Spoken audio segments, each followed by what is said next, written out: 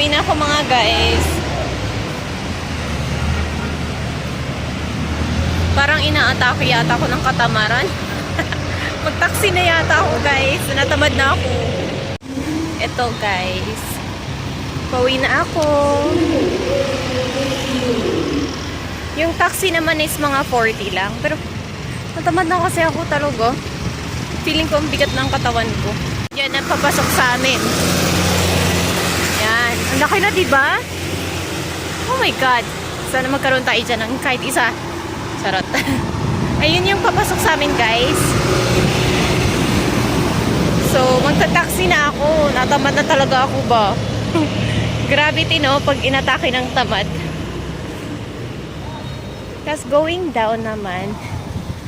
Yan yung papunta. Ito yung nabili ko guys. I'm excited to go home.